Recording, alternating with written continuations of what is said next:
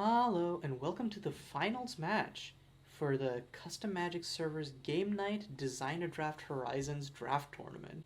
So, right now we have Lycodrake, who's on black red -1/-1 counters, versus AKVA, who is on blue red spells. So far, we're in the early turns of the game. It looks like AKVA went turn 1 Alchemist Familiar into turn 2 Everburning Emberwalker, but Lyco used Lazer's Lockbox to be able to kill the ever-burning Emberwalker. Turn 3, AKVA curved out into an Academy Junior and is still getting in beats with this Alchemist Familiar. I think this is the lots of the power of AKVA's deck. It combines acceleration with cheap evasive threats and also just has some game-winning recursion engines. Meanwhile, Lyco's deck is also similarly aggressive, but gets lots of its mileage from having lots of sideways evasion synergies, plus also having strong removal spells. So AKVA's going to play another Academy Junior and then a Snapshot. Has Lycodrake made... I think Lycodrake's missed 2 land drops so far, which is unfortunate. And yikes, yeah. Look at that. Bunch of 3 drops, no third land. This is a hand I would keep. I'm not gonna lie. Oh my god. Dude, I am definitely the type of person who values lands above all else when I'm mulliganing. I will keep a land with 1 playable and 6 lands. I've played poker, and I've gone past the flop without anything in my hand. Just well, I don't know. I might pick up something on the turn. I I play a very risky hand because I like that sort of excitement, but it's Mm-hmm. not paying off this time. Yeah. And I think this is what we were mentioning before with AKVA's deck is that it just turbos out so many creatures so quickly and all of them become must answer threats. And it's how can you do that? Also, these people just taking pictures back and forth. Okay, let's see what AKVA's hand looks like. Or I guess AKVA's uh, revealing directly to Lycodrake instead just of all right players, next so to we that. can't see. What a tease. Yeah, that Ember Walker really solidified the archetype. I'm really happy to see it because it wasn't. It was actually made by Team Boros, and one of the worries that I had for Blue Red was that we didn't have a 2-mana common red creature that would fit in the archetype, and Mm-hmm. I was a little worried that it wouldn't come together. But uh, as it happens, we had a perfect. There was a perfect fit.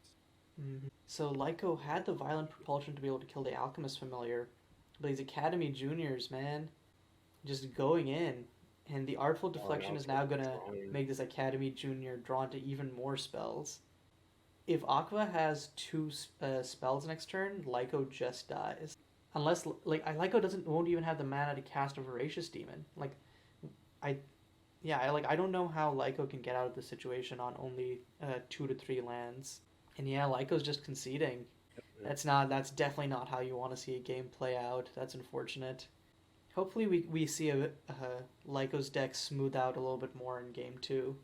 But yeah, even if Lyco has a smooth curve, I think they're gonna find it difficult to just deal with how quickly AKVA can blitz out these evasive threats. Like, I think Lyco needs a very specific combination of Voracious Demon, um, and the removal spells to be able to deal with what AKVA's got. Or needs to be the one putting on the aggression because I think AKVA's deck does not do well on the back foot. It's just that we very rarely see it on the back foot. Right, right. I mean, without the right combination of removal spells from red, I feel that blue red's probably not going to be. It's going to be difficult for it to come back, and that's something we kind of saw versus yesterday's, Mm-hmm. where once it started losing ground, it didn't have a strong way to gain it back. That's also because yesterday's did have just life gain galore. Yeah, Like, the life gain, the walls, mm-hmm. just fat creatures, just with a base, like Mm-hmm. base fat creatures. And we've got that 1 mana play from Lycodrake, good defensive body and Eternal Devotee, which also essentially has extort. Yeah, yeah. This, I mean, it's Which, not you the know, most off aggressive flavor that it was made by cards. Team Rakdos. What's going on? Team Orzhov, step up your game. Yeah, that's right. That is right. Yeah. They wanted a one drop that would be good in their set, in their archetype, but a 1/1 really wasn't going to be able to do anything for a torture archetype. But this can take a -1/-1 counter and still be useful. So Lyco playing the Firebrand Goblin, but AKVA has the Violent Propulsion to immediately kill it. All right. And then has an ever burning Ember Walker. I guess that explains it. Didn't want Lyco to have an easy 2 mana play, and also didn't want Lyco to have the clock. Lyco, though, being like, I am the clock. Run from it. Dread it. Firefang Prowler still arrives.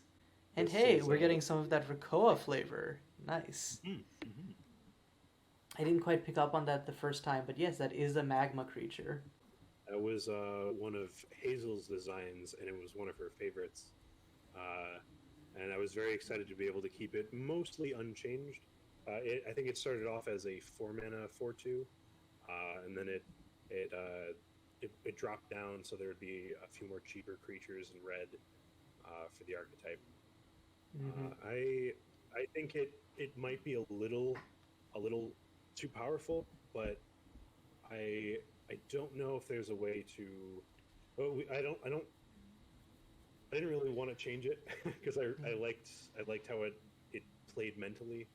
And to be fair, like I think the slightly higher power level is tangible throughout the entire set.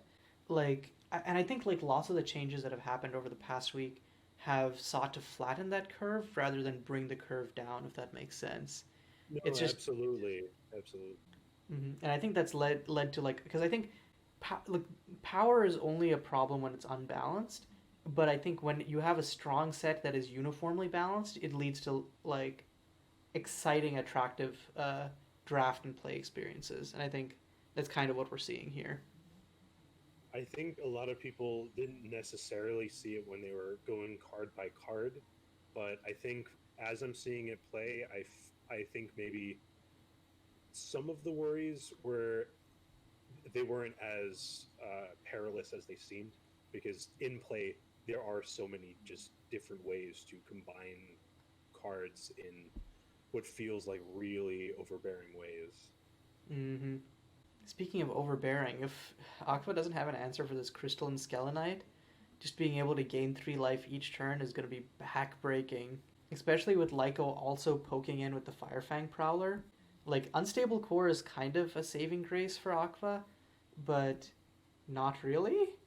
Because Lyco has Aqua dead in 2 or 3 turns, while Aqua just does not have that same kind of clock. It depends on if Lyco can see this, but Aqua can, if Aqua stays untapped, they could at least prevent some of that life gain with unstable core into the violent propulsion.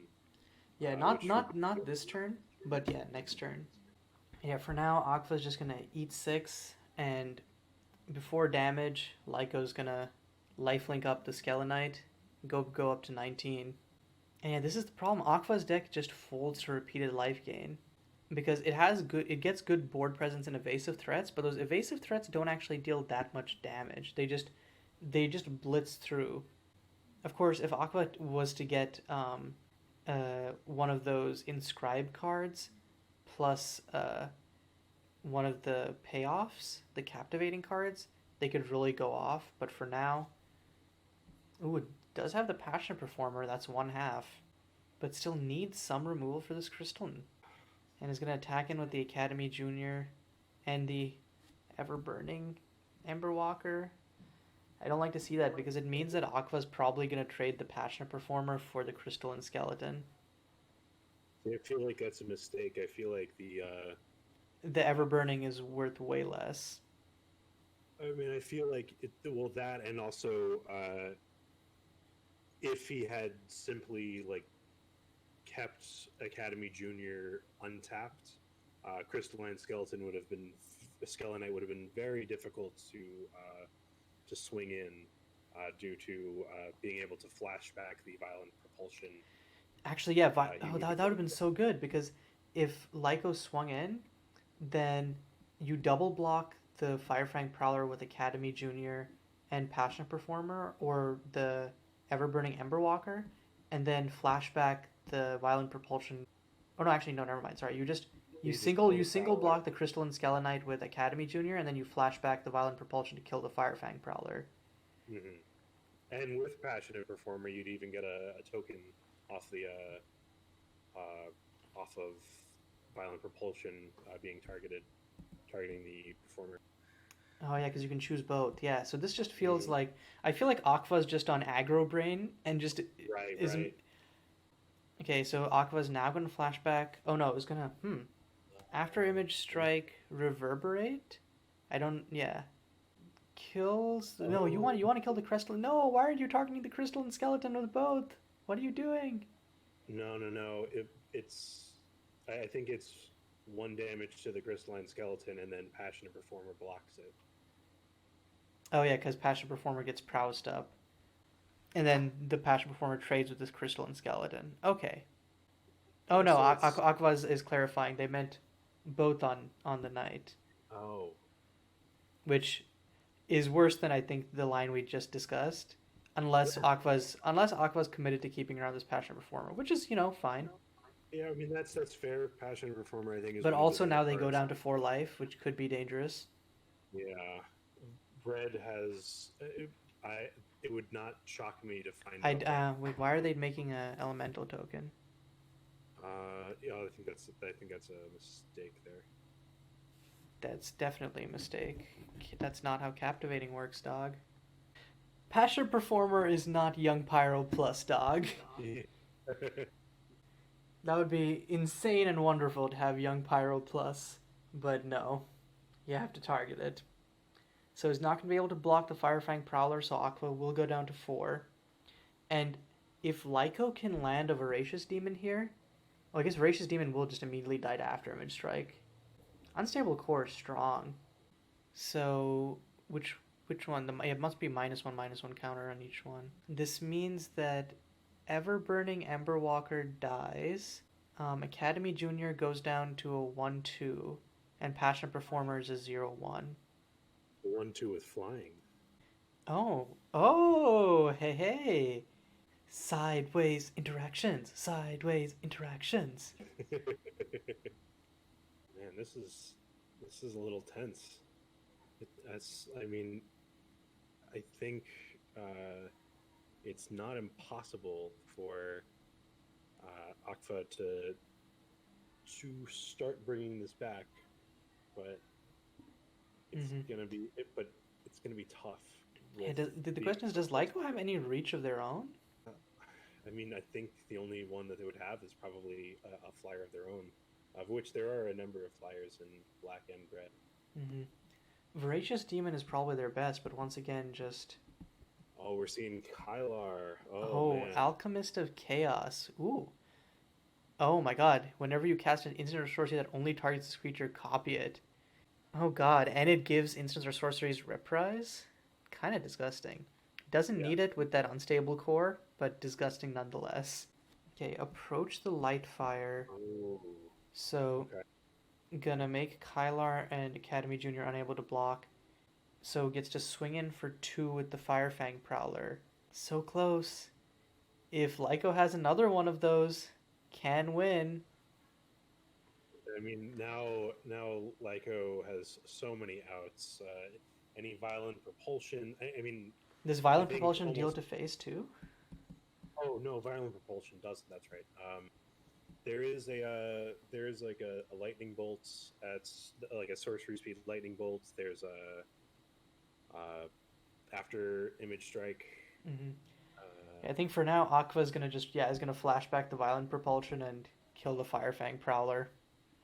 Sure. And now, Voice of Searing Light. Gonna dash it in. Interesting. So swings in for a total of 9 damage. Wait, what is going on now? No, the prowess trigger should be going off. Or did AKVA? It depends on whether AKVA used the first mode or the second mode of Unstable Core. Oh, I guess AKVA used the second mode of Unstable Core and then actually cast the Violent Propulsion. So kind of a punt on AKVA's part. Ryax Sadist.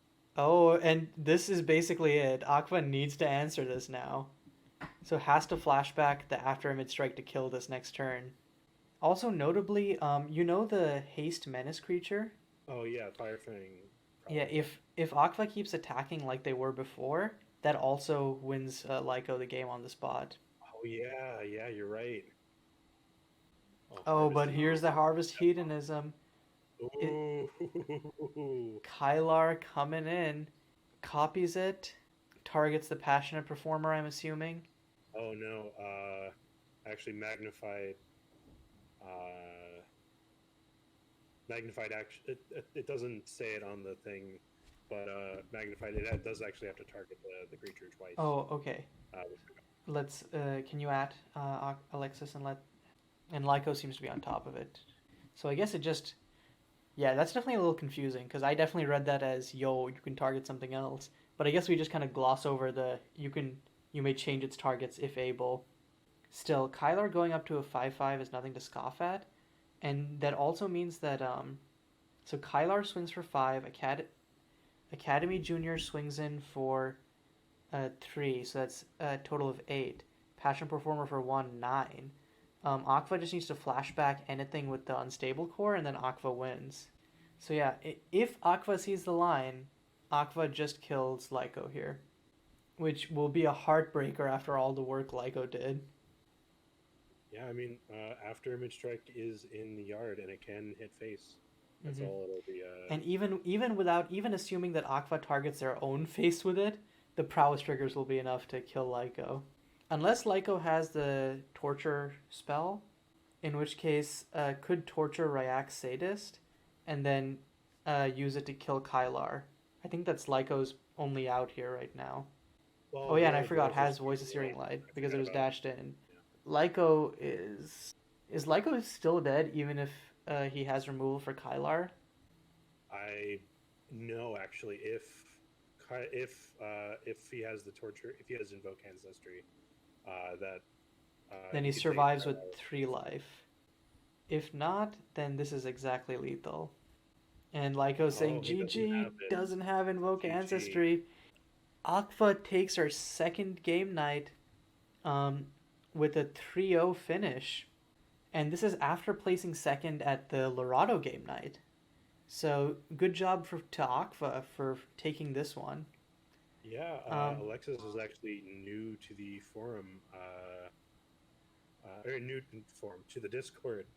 So this must be very exciting to two of their first events in the Discord, and they've brought home a nice sizable nest egg. mhm.